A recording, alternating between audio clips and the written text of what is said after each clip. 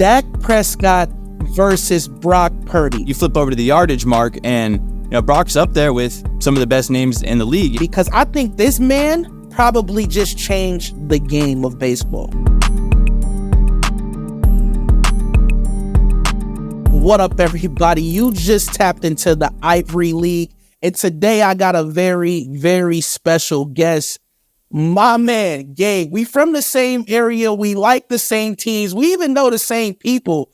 My man, Gabe, is here. We're talking some Niners. We're talking some Shohei. But Gabe, first and foremost, how we feeling, brother? First of all, Greg, thank you for having me on here today. It's absolutely my pleasure to be part of the Ivory League. Got a lot of respect for that. You know that. We hail from similar places, not too far away from one another, and our interests, line up a lot. And then we're both, pretty heavy in this sports betting industry, trying to make a difference for the people, trying to make a difference for me and you, Nah, if you don't know, absolutely, Gabe. But if you don't know, my man Gabe is the Fanduel guy. He has articles all over Fanduel. He actually won last week. He won on the Packers over yesterday, actually. He cashed on the Packers Giants over yesterday. But Gabe, let's get into it. Let's get down to the nitty gritty. The people want to know Dak Prescott versus Brock Purdy. These Cowboys fans are coming out of the woodwork.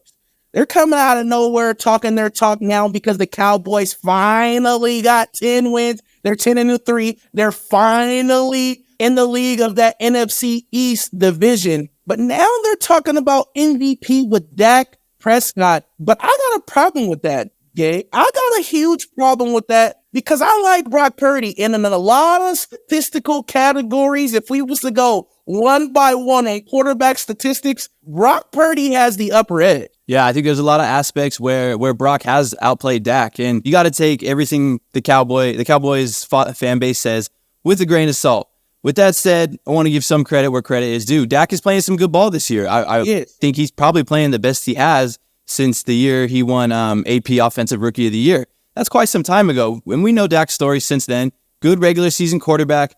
Can be a high-volume arm at sometimes. He throws the ball a lot more than Brock Purdy does this year. But then when it comes with Dak, it comes with the turnovers and with basically your play once the postseason starts. But when it comes to the MVP, of course, they don't consider any of that. They don't consider the postseason play. So he's playing good, but I think Purdy is playing a lot more efficient than Dak is. Purdy, on the season, I think Purdy has only attempted 359 passes. We could even flip that over to Dak, who, off the top of my head, I'm going to say he's probably much closer to 400 passing attempts on the season, 450. So he throws the ball more than Brock Purdy does. But then you flip over to the yardage mark, and Brock's up there with some of the best names in the league. And he's above Dak, right? Doesn't he have more yards than Dak currently right now? I know Prescott, he leads the league in touchdown passes, but in terms of yardage, let's see right here. Of course, at FanDuel right now, Prescott is the leader in the market, or I shouldn't say he's the leader in the market. He's the front runner in the market right now. Plus 155, which does seem like a fair price the way Prescott is playing, but you can make the argument that why isn't Purdy at that same 155 number? We see him a little bit behind. Right now, Purdy's getting plus 175. And then back to your argument there of passing yards. Yes, you are correct there. Purdy has thrown for more yards than Dak. He's got him by about 50 yards right now. For Purdy thus far, he's at 3,553. Dak is closely behind at 3,505. And then for those two, that's number 3 and number 4 in the NFL right now. Of course, we got Tua out in Miami, who, again, is another high-volume arm with the playmakers they have in Miami, but you also see with the Dolphins, the results can vary a lot. They're not working with the same defense that teams like the Cowboys and the 49ers have. So even there's all these things that go into winning the MVP award. So much of it is outside the quarterback's power, which, I'm not really here to argue if that's fair or not. But in terms of just everything working out right now, it really is just leading to a Brock and Dak kind of photo finish here. And looking at the numbers, it's hard for me to understand why Dak got that slight edge after last weekend. Gabe, I'm going to tell you what it is. I'm not sure. I'm going to tell you what it is, Gabe. It's the hype.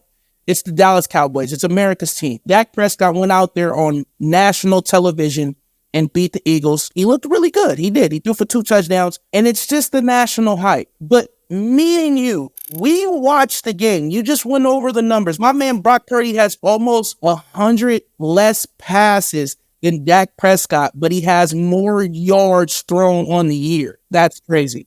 Put that just into the... That's crazy. You got to put that into perspective. And the national news, the national media, the Cowboys, blah, blah, blah, Jerry Jones, that's the reason that Dak Prescott is the favorite. But don't let that deter you. Don't let that get you confused, because I think Brock Purdy go finish this thing off as the NFL MVP. He's playing smooth, man, and it's just how you put that in perspective there again. Nearly 100 less passing attempts, but he's already thrown for more yards than Prescott. And you can argue maybe skill position to skill position. I definitely like the Niners group a little bit better, but the Cowboys have a solid crew. Let's not make a mistake. Absolutely. Great weapons around for Prescott to thrive, and he is thriving right now. But Brock Purdy is averaging 9.9 yards per attempt. Not only Crazy. Eller, but this is a guy that people were claiming was another check down person. And Brock goes downfield so much more often than Jimmy G did. So much, way more. I feel like even Alex Smith did in some of those days when he was with the San Francisco 49ers. Purdy definitely plays the game with guts. I think anybody who's watched him for any extended time can see that. And I think it's really a lot of those naysayers against him, because a lot of people don't want to accept that their team passed up on Purdy 5, 6, 7 times in the draft. And it happens, man. It's a business, and there's a lot of great players out there, and people get passed. But John Lynch and the Niners crew, they really did their work with Purdy, and I don't know if they could envision it going how it is now, but they obviously saw something they liked, and it's translating every week now. I'm going to pull up the Niners. You pull up the Cowboys. Let's just go over the remaining schedules and just see if we could predict who's going to win MVP just based off of their schedules. So the 49ers got the Cardinals week 15. Week 16, they have Baltimore's coming in on Monday night. They have the Commanders week 17. And then I think they end the year off. Rams, they have the Rams. End the year off with the Rams, not the Cardinals, the Rams. That's the 4 that they have left. They have the Cardinals, Baltimore, the Commanders, and the Rams. Who do the Cowboys have left? Cowboys have a tougher road here to end the regular season. So in their final 4, their next game is going to be Sunday. They travel to Buffalo, which Buffalo's playing good again. They seem to have corrected their mistakes. Their defense is playing cohesive again. After that, they stay on the road. So after going all the way up to Buffalo, Dallas is going to turn it all the way around, go down to South Beach and play the Miami Dolphins. So again, it's another one where Miami, they've shown some mixed results, but they're obviously a team that can hang 70 on you, like that. Denver. Probably not going to hang 70 on Dallas, but they get the benefit of hosting the Cowboys. So again, Buffalo, Miami. After that, they get Detroit, who's probably going to win the NFC North. And with the way things shape out, that could be a potential playoff preview there for the Cowboys, because Detroit's going to have to play somebody. Whether it ends up being San Francisco at some point, whether it ends up being Dallas or Philadelphia, they're going to match up with someone there. The final game for the Cowboys is really kind of only give me on the schedule from here on out is the Washington Commanders also, which the 49ers, that's a common opponent for them in the final 4 weeks. So definitely just looking at just at that quick glance there, I would say Purdy is probably in that driver's seat to... I'm rocking with Brock, man. Just based off the remaining schedule, based off of he threw almost 100 less passes than Dak Prescott, and based off me being a Niners fan, I'll just be honest. I think the Niners are better than the Cowboys. I think Brock Purdy's better than Dak. I'm going to rock with Brock. But let's move on, Gabe, because I think this man probably just changed the game of baseball. My man, Shohei Ohtani. Yeah, I think he did. Not only is he just kind of a game-changing talent, but he literally just subverted the entire way that contracts could be negotiated. And I think this has been around for some time, but it's just a very seldom used tactic. And I think it takes a certain very established athlete to kind of call that shot. Because if you're not somebody who's at the top of their... you would probably be willing to do that, I would imagine. You don't know what's going to happen in that amount of time, but yeah, it's interesting. But he is a very, very wealthy man whenever that payment is deferred, and it looks like Shohei is going to be with the Dodgers for a very long time. And as such, as you'd guess, the Dodgers, they're going to start the season as favorites to win the World Series. They're at plus 550 now. Behind them is going to be Atlanta. They're at plus 650 to win the World Series. And then as you would imagine, the Dodgers are an early runaway favorite to win the NL West at minus 250 odds there. Let me tell the people what happened. My man Shohei Ohtani absolutely changed the game. In fact, he deferred $680 million for 10 years away. He's going to get that 10 years down the road. My man absolutely changed the game because he's only charging the Dodgers. He's only on the books for $2 million for the next 10 years. So that means they can go out there and acquire more and more players to go with him. Mookie Betts, Freeman. I could keep going, Gabe, but I'm going to just stop right there because I don't want to show the Dodgers too much love, with me being a Giants fan. But my man Shohei, I think he changed the game, Gabe. Do you think more people are gonna start doing this deferred payment type of thing setup? Yeah, I do. And it's going to be interesting to see who is the side that addresses it now, because there are situations where I think it can be beneficial for a team. As much as, it hurts me to say, this could, in the long run, be a great move for the Dodgers, because Ohtani is just that. It really could. Or he's going to bring the power of an entire nation with him. So the Dodgers, I'm sure, are going to make all that money back. But in other situations, I'm not sure it can play out as well. But I think people are going to be eager to see if it can. Like, as a player, it'd be interesting to leave yourself in that situation, because that's taking care of you down the road, which is a very, very wise thing to do. And if you can work out some sort of salary just in that meantime that you're cool with, that's gonna work for you, then I don't see why more players wouldn't be interested in doing that. Because again, we know about the Bobby Bonilla. That's the deal of all deals, a legendary deal. I'm maybe still not dollar wise, but this one's blowing that out the water though. Literally blowing. My man Bobby was getting like $2 million a year.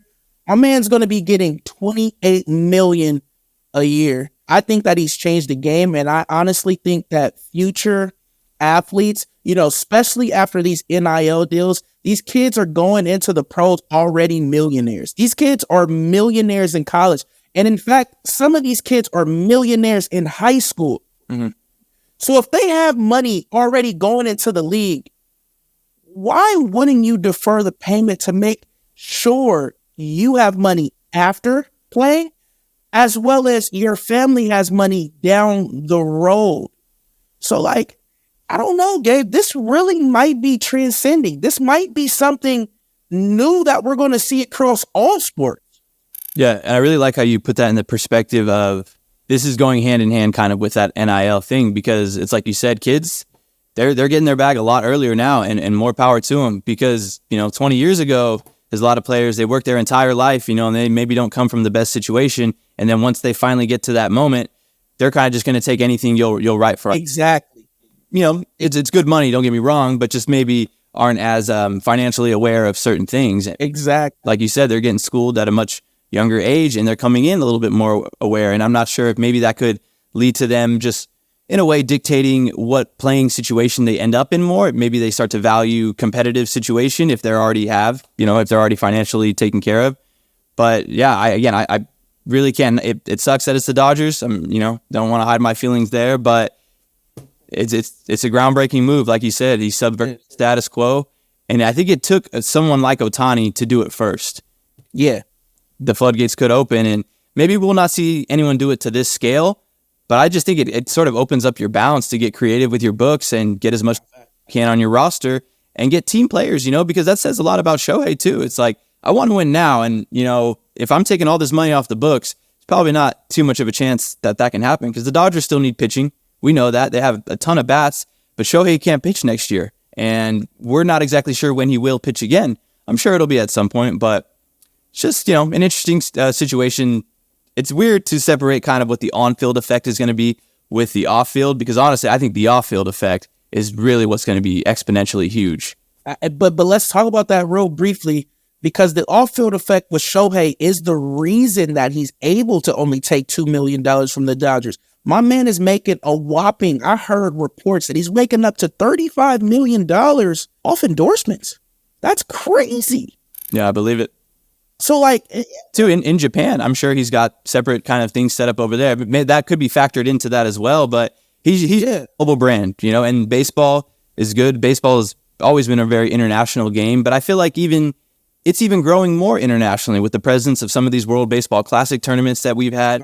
The game is only, it's spreading around the globe more and more, and it was already fairly an international game. But yeah, just Ohtani, man, he seems to be able to draw from all corners of the world.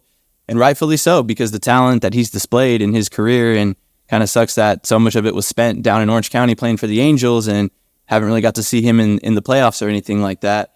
Anaheim and LA are the same thing. I don't know anybody from LA. I don't want to hear, no, it's not LA. No, Anaheim and LA are the same market. He's going to get the same treatment he was getting. I don't see anything changing. I don't see any. It's literally like 10, 15, 20 minutes away with no traffic. It's the same thing. I'm tired of LA fans, Gabe. I'm tired of them. I'm tired of Dodger fans. I'm even tired of Angel fans. I'm tired of you Southern Californians telling me that LA and Orange County ain't no. It's like the Jets and the Giants. The A's and the Giants, San Francisco Giants. Same billboards, and they're connected on I-5. You can get from Dodger Stadium to Angel Stadium pretty quickly, like you said, with no traffic. That's what I'm saying. You tell them, just look up the greater Los Angeles metropolitan area. Anaheim's included. Greg, my boy, I got to jump, but I'm glad I could get on here. Yeah. Hey, I'm looking forward to coming back.